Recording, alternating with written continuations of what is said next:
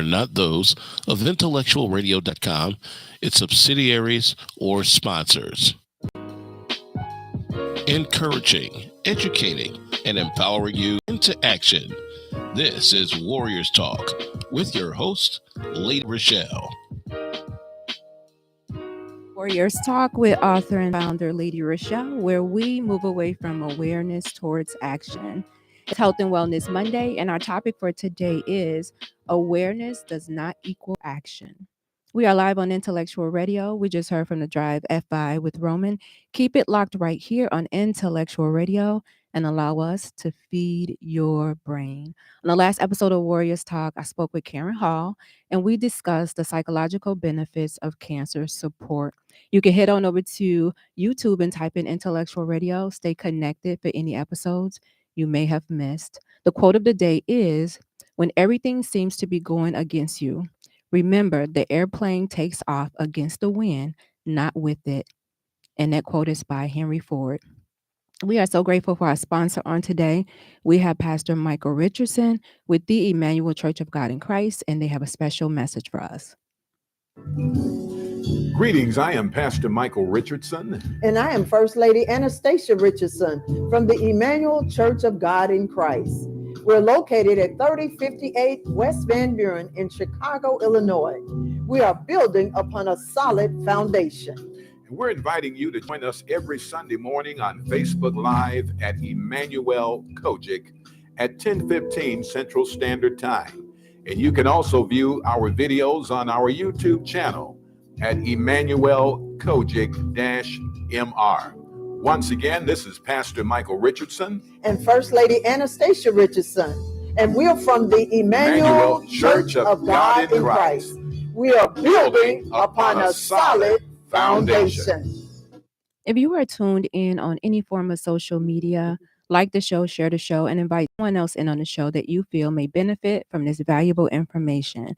My special guest today is co-hosting with me none other than cancer activist, motivational speaker, and the founder of the Gal Foundation, Rizal Gilmore, aka The Biz. Hey, Rizal. Hey, Lady Rochelle. What's up? How are you? I'm good. It's that time again. It's October. I know. A lot of stuff going on everywhere. Everywhere. And it's so funny because I hate the color pink. But actually, I look good in pink. So it's really grew on me. Pink, orange, and red. Those are my colors. I love orange. I feel like my dark skin looks good in orange. Red too, but orange root. Yeah. It's vibrant. Vibrant vibes. Yeah, exactly. So Breast Cancer Awareness Month it is. And we know everybody's going to be wearing pink. Everybody's going to be doing walks. Everybody's going to be putting on events, all in the spirit of spreading awareness. Yeah. Well, wait, before we jump into it, I just want to say Whitney Houston mom died today, Sissy. I got a chance to interview her a couple times. We were friends, I was friends with that family. Then I just shared my mother's, her second heavenly birthday. Wow. So October is like a busy month for me. It's just crazy. And then we got back-to-back hurricanes. I live in Tampa, so the impact is supposed to be coming right at, but I'm staying there. I just had this house built and this cement block all the way up. So we're going to put it to the test. I wish something would happen to this. It's still in warranty too, because I ain't been here a year yet. So, So yeah, October is very busy, but I see, and Breast Cancer Month shares, is it domestic violence? Yeah, yes. Domestic violence. And I think, is it autism? Or is it might, but breast cancer overshadows anything else in that month. Which is sad. That's right. You better tell them. Which is so sad. What does your shirt say? Well, it has my mommy on here. Let me stand up.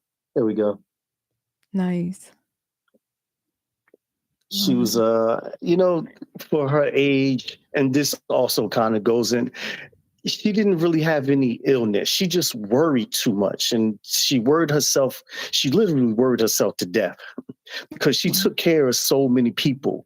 And even in her later days, I started taking care of her when after Tasha had passed, she was diagnosed with dementia. And it wasn't as severe then as it progressed later on. But for her to get to the age of 88, and I watched everything what she eat, and she was always making collard greens. She was always string bean. It was always those green beans, from the South. Back then, that's all they did. If it wasn't raised or grew in the backyard, it didn't touch your table, your kitchen table. Now everything is just so quick to microwavable. This is a microwavable generation. We want it fast. We want that steak done just like that right now. And they're making these ways. And I was watching somebody who's over in Dubai, and she said they don't even sell deli meats over there because deli meats aren't real. Like that turkey breast and all of that. None of that stuff is real. Wow. Well, over here, they eating it up. Oh, yeah. With the that honey quickness. turkey. Yeah. Mm-hmm. Yeah, I agree. My mom was telling me about the chickens and stuff that they grew and how when it was time to, I guess, eat that chicken, the mom would say, go out there and show them how to break the neck of the chicken and bring it back in the house. And I'm just like, I don't think I would have been eating meat back then because if I had to see it, like, oh my God, like we actually raising these chickens and then now we're going to kill them and eat them. Like, I don't know what a mentality was, but I look at them and a lot of them are living well into their 80s and 90s. My grandmother on my father's side passed at 99. My mom's mother passed at 87. Her dad passed at 94. So it's like, because they were eating out of the garden. I'd be great if I can make it to that age. I'd be very thankful. Because I was listening to, again, now the doctors want to talk about it. Oh, we've noticed a change that people are being diagnosed much younger. Yeah, you think? It's only been going on for about the past 20, 30 something years. Thank you. And now you just want to acknowledge it and you're still not doing anything about it. No. They just say, hey, yeah, we see that, it's getting younger. No freaking kidding. They haven't changed anything on the books to say, okay, the age of getting cancer is no longer 60, 70 years old. Now it's any age. They should really eliminate that because it really doesn't make sense. Yeah. It should just be no age. It's like you got it. It's there. You got it. You could be 24. I knew women who's 24, 25 in their 20s dealing with it. So remember Wheezy? It doesn't discriminate with age. Remember Wheezy? She was 19. Yeah. Yeah. Wow. Mm-hmm. Yeah. Red, thank you for joining us today. Cadillac wheels. I appreciate you. Look at my Leah trying to push my event. Rochelle has an event coming up this month. Warriors Talk is taking action and helping warriors in battle and celebrating survivors. Yes, we are. I'm so excited about this event. I'm gonna do a announcement really quick since she mentioned it. So the 8th annual Resolve, this is number 8. The 8th annual Survivor Celebration of Reflection Gala is taking place on October the 19th. And I'm so excited for year number 8. I'm at the point right now. Number 8 for me is the year of new beginnings. And so this year is going to look a little different than the other events that I've had. So people are going to be in for a nice treat. So I'm excited about it. I'm excited about all the survivors. I have about 20 survivors that are coming that are locked in that I'm going to be celebrating. So I'm excited. My count Resolve, because I think when Resolve came, it was in 21. Was it 21? Before the pandemic, I think it was number 5? It was number 5. So I think it was in 21. 5. It was right after I think it was in 21. I think we might have had, I don't even know if it was 25 people at that event. Was it? I don't even know if it was about.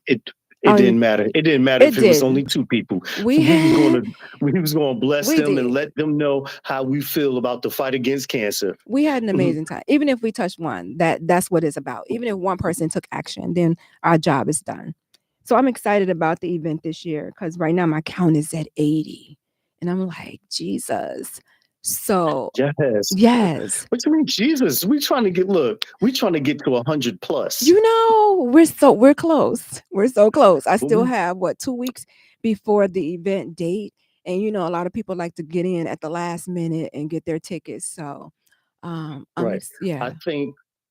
I'm thinking number 10, 2 years will be at 250. You need to come for that one. I need you to be there. Definitely. You have I will be there. Okay. Yes. God willing. Yes. Number 10. Yeah. That's 10. Yeah. I will come. That would be perfect. Yes. Yes, Red, thank you for joining us. Red, you need to get your ticket because you have not gotten your ticket yet. And I don't know what to tell you if you don't get it. You already know. Red trying to pay at the door. Ain't no paying at the door. Let me just say this. I am not accepting any money at the door. I'm not. If your name is not on that list, I don't know what to tell you. Please don't tell the people that's working the registration table to come and get me because they already been instructed not to. Like, register. It's been out here since April. Register, pay your money, and leave it at that. Okay. Like, the money is going to help individuals who are in battle. And you will see that night that we're going to bless someone that night. And I'm so excited. I don't want to give everything away, but I'm so excited. Okay, let's jump into this. Red, quit playing, Red. He better stop playing. He can play all he wants to. He gonna miss out. Because like I said, my number, the guy was like, just don't turn anybody away. Just, let him keep coming. I'm like, okay. So, yeah. He talking about he got me. I don't know because you ain't got your ticket. So you ain't got me. He gonna pull through. I got faith in Red. He always do. Red is he here all the time. He ain't gonna disappoint us. That I can say about Red. I know he gonna make it. He always do, but we'll see. Okay, let's hop into this topic because we always run out of time.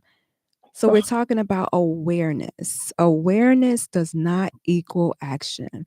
And I had to think about this because for the month of October, Breast Cancer Awareness Month, we're spreading awareness with so many different things, right? We're like in an overload of information when it comes to awareness. All the different organizations are turning their products pink. They have different pink items. Water bottles, you got sweat tops, just everything you can think of pink. And everybody is spending their money on these pink items, assuming or thinking or hoping that this money is going to help either research or individuals who are in battle.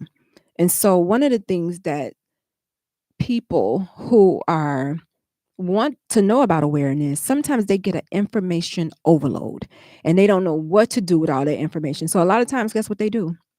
Nothing. They do absolutely nothing because they become so desensitized by the information that they feel overwhelmed with the information, and we don't give them an action to take. We just say awareness. A lot of times we don't follow it up with, this is the type of action I want you to take, and then follow up with them and say, did you take that action? Right. We hear it, but then we go sit on our hands. And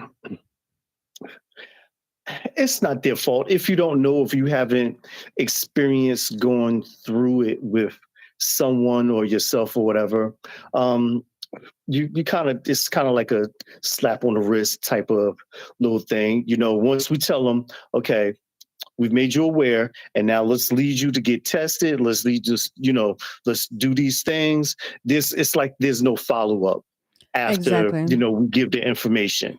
And that's where we as people, that's where we're lacking, who have these organizations and everything. We have no follow-up, no follow-through with them. Even though we're out there on the front line, like me and yourself, we're doing what we do, and people know, like, oh, here come that cancer girl again, or oh, here come that guy with the sad story. We're out there. They know us. Mm-hmm. A lot of times they And hate to see over you the years, coming. I've got so many people who call me and ask for help, like my aunt, my grandmother, my mother, my girlfriend. What do I do? And that's all because we took the action and we experienced it and we're able to give back to people so they can have a better understanding. And that's why we do this show every Monday. Yes. And that's why my slogan of the show is to move away from awareness towards action. And a lot of the shows we talk about what type of action that you can take. And I feel like with all of the information out there, all of the different companies, especially with some of the products that are out here that has that pink ribbon slapped on it. Oh, if it's a pink ribbon on it, this must be a good product. Well, if Kentucky Fried Chicken is putting a pink ribbon on a bucket of chicken and they say that meat is the number one, a class 1 carcinogen, what does that tell you? That's false advertising. A lot of people, a lot of organizations want to profit off of other people's pain or other people's ignorance because people will buy it thinking this is helping people. When little to no money go towards research or individuals. And I'm sorry, Kentucky Fried Chicken is the worst. They lost me years ago, probably when I was about 4th, 5th grade. I don't know what they undid to their chicken. They don't fit me. It just don't taste like chicken anymore. But they coleslaw. You like the coleslaw? The coleslaw is rocking. I cannot deny the fact. When it comes to KFC coleslaw, hands down, they win. Okay. But I guess they had to make something right. Yeah, I guess. So that's just one of the companies, though, that slaps that pink ribbon over their product and in hopes that individuals would buy it. They say Campbell soup. You know how high the sodium is in that soup? And even you just got done talking about the deli meats. They slap it on there too. Even who's a brand like Boar's Head? It's called, oh God, I can't see it, Healthy. I think it says Healthy Choice. Healthy Choice? Mm-hmm. Yeah, I know Healthy Choice. They make turkey. And that's funny thing. I used to work in the deli. Wow. And it's called pink washing. Whenever companies slap the pink ribbon on their products and they can get you to buy it, they flood the market with all of these different items and these gimmicks, marketing gimmicks, and people buy this stuff thinking that, it's helping research. When you think about it, only in that month, it may go up to the 31st of October. And then they'll give them maybe, I don't know, 5 cents on the dollar, maybe. I'm stretching it maybe. But then they'll leave that product out there after October 31st, but they stop whatever they're going to give to whatever organization. And then find out what organization they're giving it to, because you may not know. Ask questions. Or you may not like them. Because remember that pink ribbon that was by Susan G. Komen. I personally don't like Susan G. Komen's organization. I don't either. I don't really support anything Susan G. Komen. Sorry, Susan. That may be somebody who's pink washing. Yeah, I think they had a perfume that came out not too long ago. I think some years back, and they slapped their name on that perfume, and they had some cancer-causing agents in the perfume. They had to pull it. I'm just understanding why would they come out. Anyway, that's neither here nor there. That's a great question. I don't know what made them come out with that. Period. Number 2 is, I think we talked about this too, a lack of clear call to action. What type of action do you want individuals to take when we're talking about awareness? Because of the many campaigns that are out here, what kind of knowledge are you spreading? We have to be specific about what action we want them to take. Because some people may be like, okay, I'm aware about breast cancer. Now what?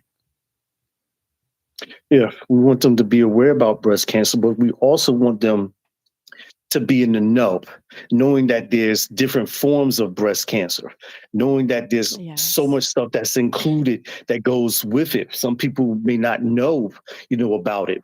And it's like the preventative measures. How do you, try and stop it? Or how do you cope? How do you deal? Like all these different things. Like it's just so much information that's still not out there that we need to spread and tell people, so we definitely got to stop with okay, well, about it, but we got to lead them to the water. We got to make them drink. This is one point where we need to make them drink. Mm-hmm. Some people may have a fear, and a lot of people are in denial. It's a terrifying thing to think that you may have breast cancer. It is. It's a terrifying fear to think that you have any disease, let alone, but because the fear is, am I going to make it? Oh my God, I'm going to, am I going to die? That's people's biggest fear. So, but like you said, it's so many people out there, and I really thank you for your journey, because you said, why not me? Because God knew that you had a large enough mouth to get out there and spread it and do what you do. So you can't look at it as something that's trying to taint you and off you. You looked at it from a different perspective, and that's what people have to do also. But that's also part of the process. They got to be headstrong about the whole situation. It took me a while to share my journey. It wasn't easy. Thinking about what people were going to say. Like, people, sometimes they'll blame you or make you feel like you've done something to cause this. And so a lot of times people don't want to share it. A lot of times people keep it to themselves. And I just decided that I really didn't want anybody to go through what I went through. So I figured, like, the more people I can tell, the more people can move towards action and not be in the shoes that I was in. Because I feel like my sister was diagnosed in 2010. Now, my cancer was already there, because sometimes people don't know cancer can start 10 years from your diagnosis, from the time that you're diagnosed. So the cancer was already there, but I probably would have caught it at a 0 versus a stage 2 if I had maybe, when she was diagnosed, saying, well, let me just go and see, am I at risk? What kind of, let me just get a mammogram and see what could be going on with me, if anything. But I feel like I was really in denial, because I'm like, I'm healthy. I just had a baby. My doctor just did a clinical exam.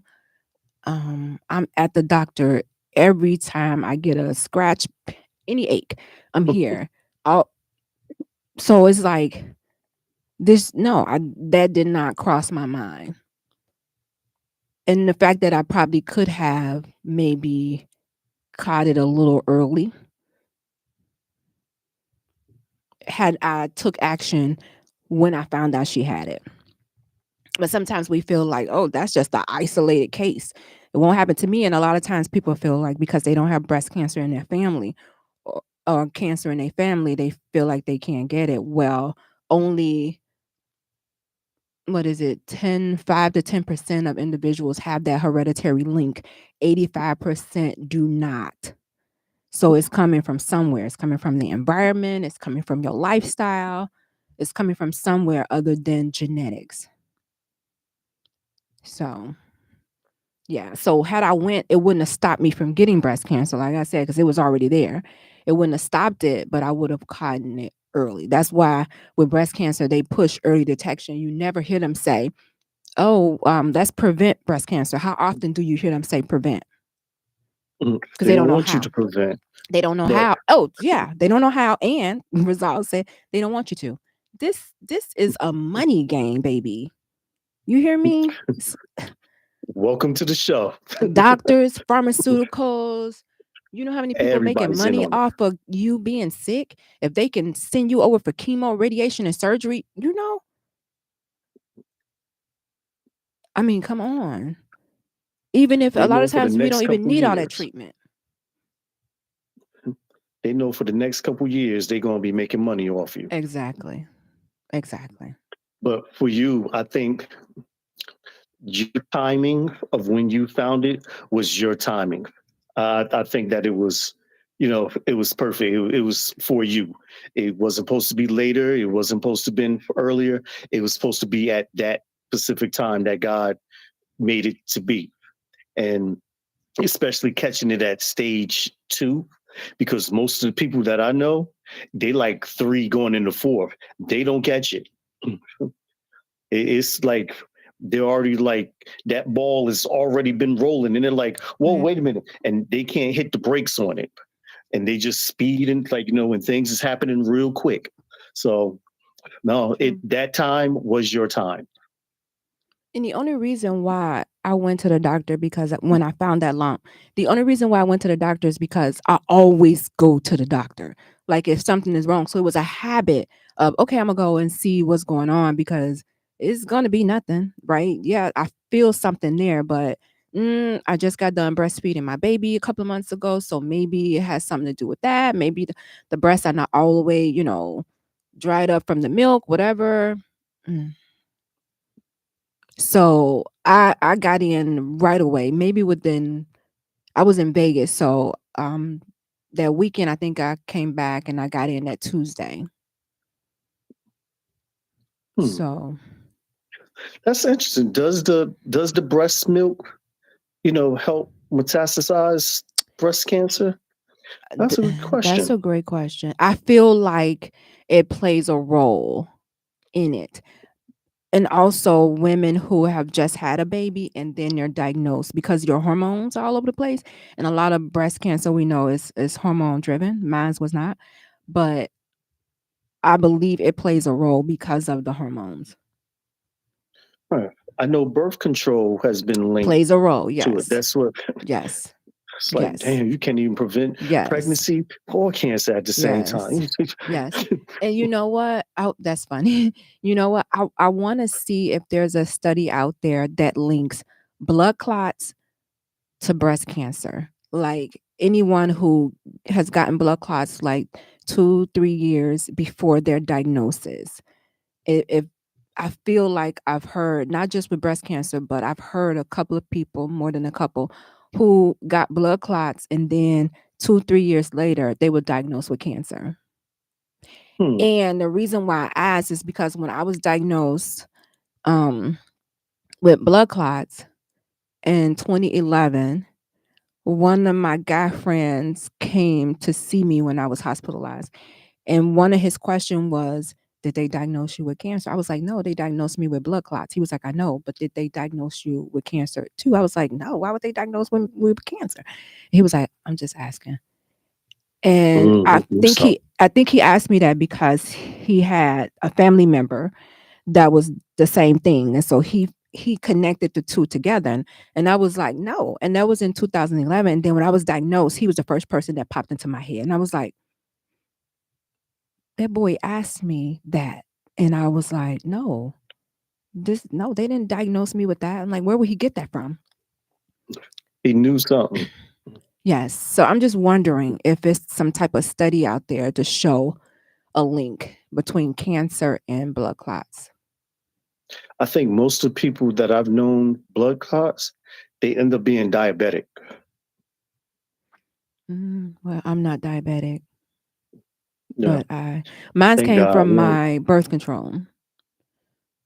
So, yeah.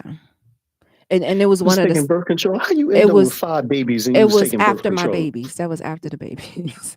After the babies. I was about to say, you need to go see that doctor because it clearly wasn't working. Oh no, that was after the babies. Because when I had the last baby, my doctor was like, are we getting on birth control? And I was like, yeah. And I ended up showing up to the appointment late. And they was like, oh, she's more than 15 minutes late. We can't see you. I was like, can you just please tell her that I'm here? And then I could hear her around the corner. Who is it? And they was like, it's Rochelle. And she was like, Oh yeah, I'm gonna see her today because she's getting her birth control today. She's getting that IUD. We're gonna see her today. Yes, let her back. I was like, Dad. She was like, we ain't having no more babies. She was That's like, let's it. do Shop this closed. today. So yes, but well, the doctor said it was caused. They believe that it was caused as a result of the birth control that I was taking, because that was one of the side effects of that particular birth control. So yeah. And they know it.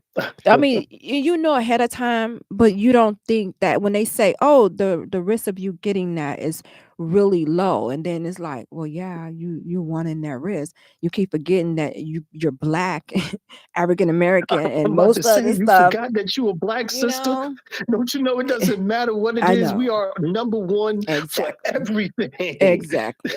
So I'm thinking like, okay, let me take it. And soon as that, they was like, what did they do? Is it the CT scan where they send you through that little, I call it a coffin, and as soon as they did it, it was so quick. They was like, you have a blood clot in your left leg and in your lungs. I'm just like, what? Like how? And how I knew it is because it was hard for me to breathe. And another reason why I think it has something to do with my cancer is because it was in the same breast where I had the difficulty breathing. And then I'm like, if it was there, they should have seen it on that scan though. Yeah, a long time ago. Right. They should have seen it. But maybe it wasn't detectable. I feel like they should have seen it. And it was hard for me to breathe. It felt like it was a brick on my chest and I couldn't breathe. And I'm like, what is this? And so Now, was it a constant thing or was it like now and then? it started slow as a now and then. And then maybe because I went to work that day and I'm at work and there was just a heaviness on my chest. And I'm like, what is this? And so I was at home doing homework. And then I was like, okay, I can't even focus. So I ended up laying down and I was like, I'm going to see how I feel in the morning. Where I woke up, I couldn't even get out the bed. It was a heaviness to where I couldn't even get up. So I had to, I was married at the time. So my husband had to get me dressed, take me to the emergency room. And when I got there, they was asking me a bunch of questions. And then they put me in the machine and they said, oh, we see it. It was so quick. And next thing I know, I'm on blood thinners. They showing me how to shoot myself in the stomach. I couldn't leave until I learned how to do it. And then they put me on, what do you call it? Warfarin. And then they weaned me off of them. So yeah. So I kind of feel like it's connected in some way. It's my thinking. Oh, I don't know how we got here though. Okay. Gosh, it'll come out down the line somewhere down the line and be like, we knew that already. I feel like it is. I really do. They just not voicing it, making it very local, very vocal about it. Yeah. But why? You keep watching the news. Yeah. It's going to come out. Those scientists have linked blood clots to cancer, blah, blah, blah. Exactly. And I feel like with the perceived low risk, I feel like we talked about individuals not having the hereditary link or nobody in their family. So then they feel like, oh, I'm at low risk. So they don't, I'm not going to say they don't take the awareness seriously, but they feel like it's unnecessary for me to take action because I don't have the link. I don't have a risk in my family. But I say if you're a woman, if you're a female and you have breasts, then you at risk. Look, even male, everybody's at risk. Even male. I'm about to say, everybody at risk. Ain't nobody safe. Nobody. Absolutely nobody. And then there comes the financial accessibility and barriers. People may not have money to go get a mammogram or any type of screening. And there's so many organizations out here right now, community organizations, that are giving away free mammograms, or they may be a low portion of the cost. So if you are living in the Chicagoland areas or area or the surrounding suburbs, you can get in touch with Equal Hope. They were giving out free mammograms, and they have different programs to help you get access to affordable care. So I'm going to say that's not an excuse. Not an excuse. And I know here in Florida, they have the truck out, the Yes. bus out there where they're doing mammograms and stuff. But, definitely people need to get their tatas checked out. And I think, and that's, I'm going to go back to the fear of it. It's still a fear attached to the mammograms. Yeah, because Black people, we register with the top 4 killers. The top 4 killers is the ones who we register with. Yeah. Lung, colon, breast, all of the above. Whatever the top 5 is, that's who Black people register with. That's true. So it's like, I'm going to go in here and they're going to squeeze my breast in this machine. And then they're going to tell me I have breast cancer. Or people think that the test itself produces that radiation. And they figure like they're going to get breast cancer from that. Yeah, the bottom of your I call it the basement down there is hurting. Oh my God, it must be like ovarian or pancreatic or something. Or like you said, you can't breathe. It must be lung cancer. Something, like you feeling your little urination. And we register with all of the top things. Black people. That's the only time we come first. I know, right? Other than that, when there's some negative stuff, always. So sad. Some people get awareness fatigue. And I can say I've been here. You get tired of, you be like, oh, I already donated. Oh, didn't y'all just do an event already? How many events are y'all going to do? Y'all always raising money for something. What y'all doing with this money? Yeah, you're right. And especially being in the biker world, there was always some type of event. They was donating and, we're giving $10 for all the time. And I definitely understand that one. It was draining, but back then my knowledge and what I knew wasn't like what I know now. So now it's like, even if it's my last, I would come out of pocket, to try to help somebody. As long as I know it was for, going for a good cause and not to the clubhouse or nothing. Right.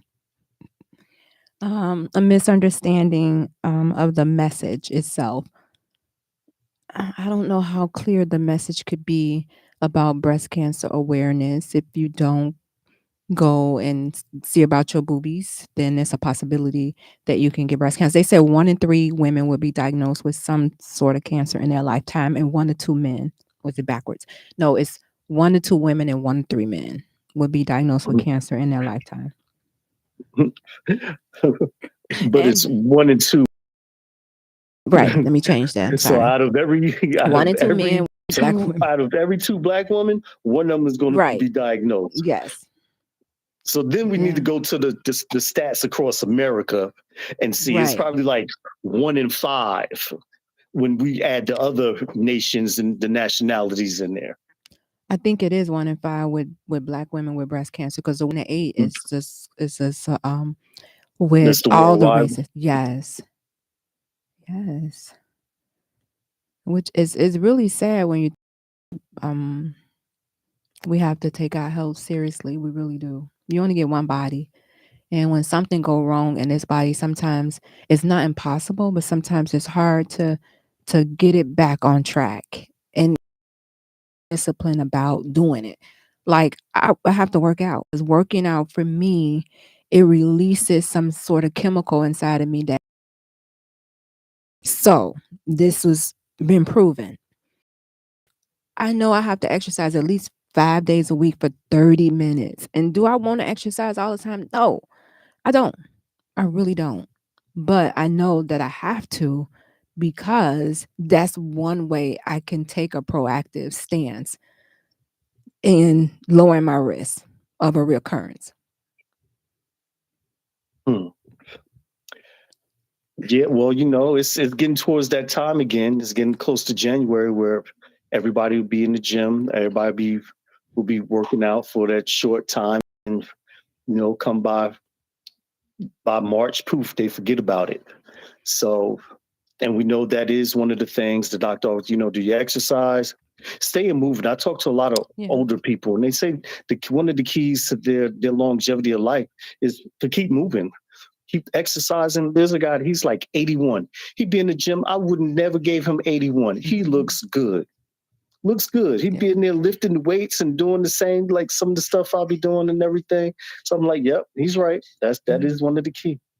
Losing muscle is one of the things that will help you die faster, right? So for when we turn, I want to say going on 30, 40, 50, you start losing muscle mass.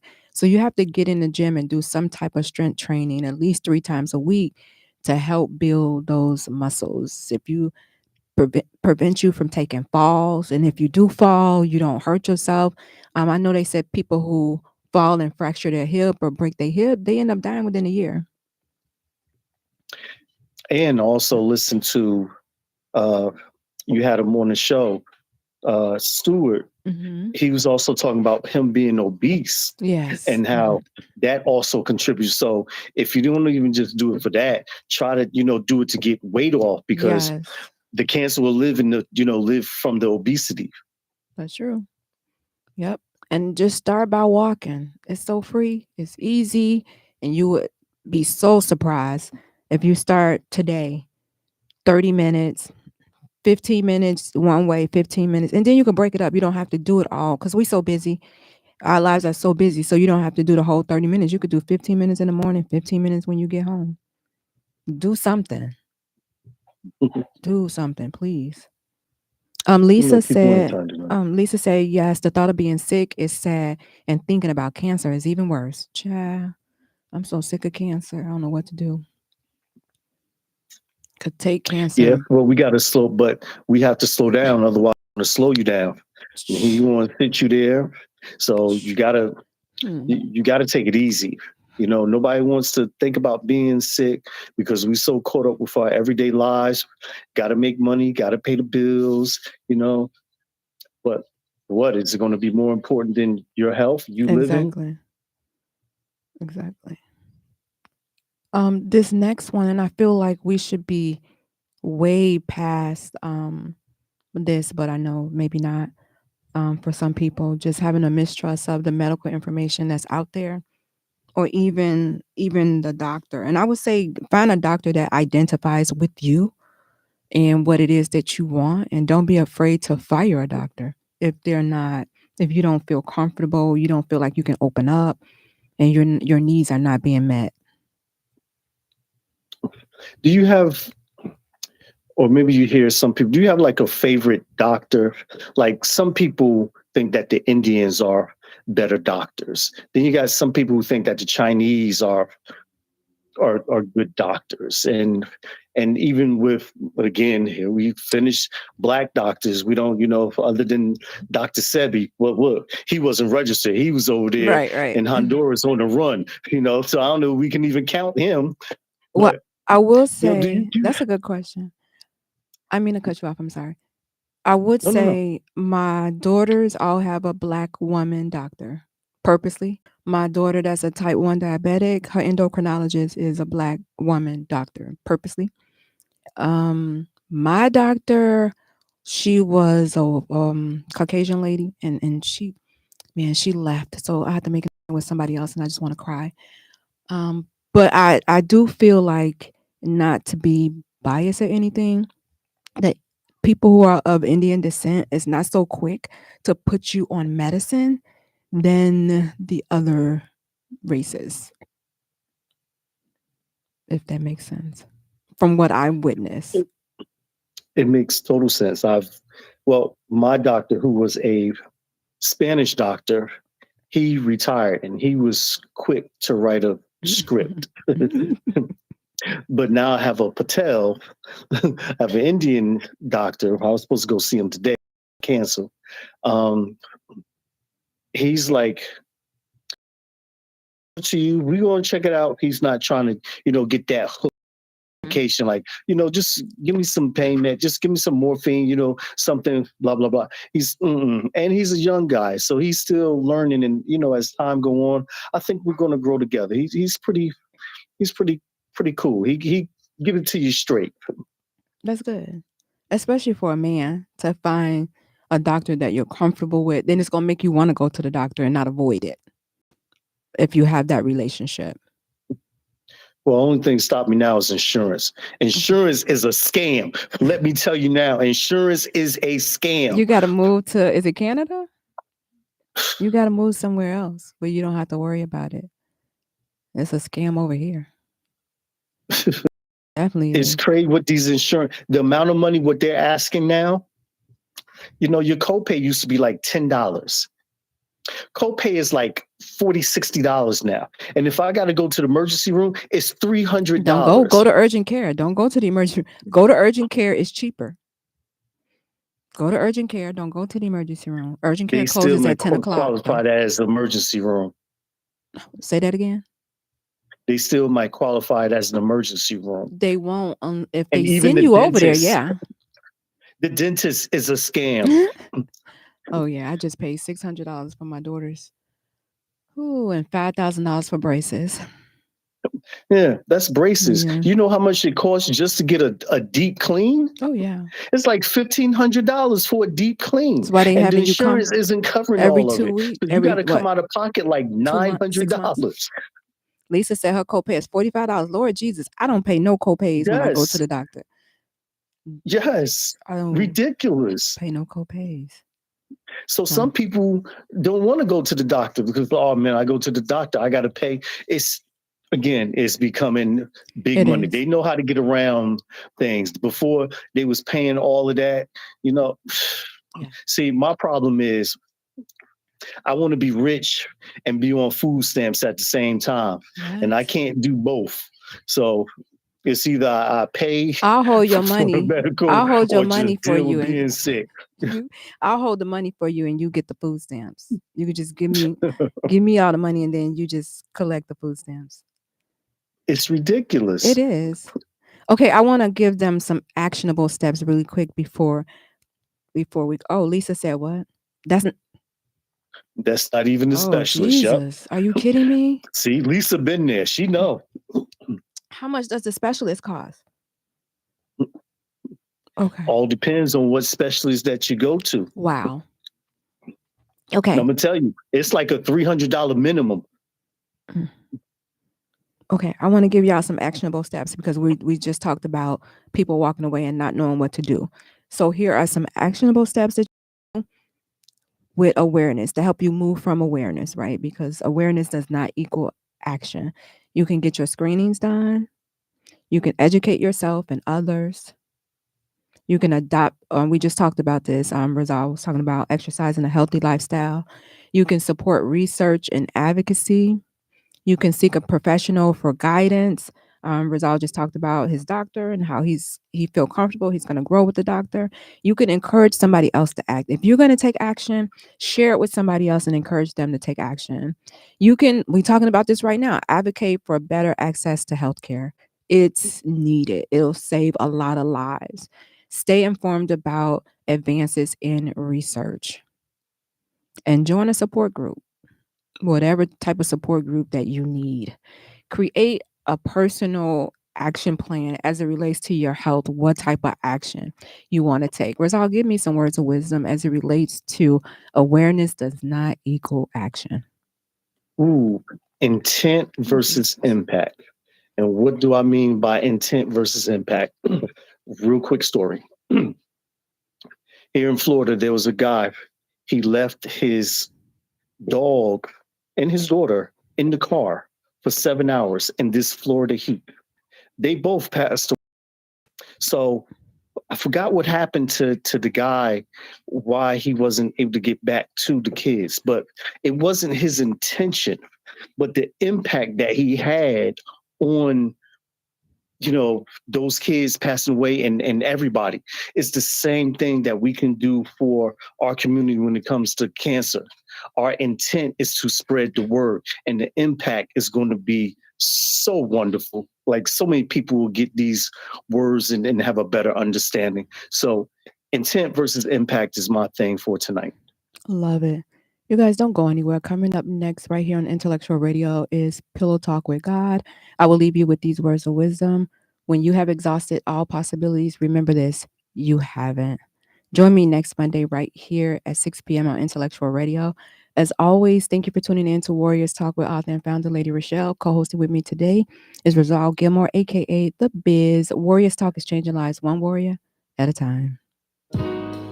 Thank you for listening to this week's edition of Warriors Talk with Lady Rochelle. To find out more about Warriors Talk, follow at Warriors Talk, the number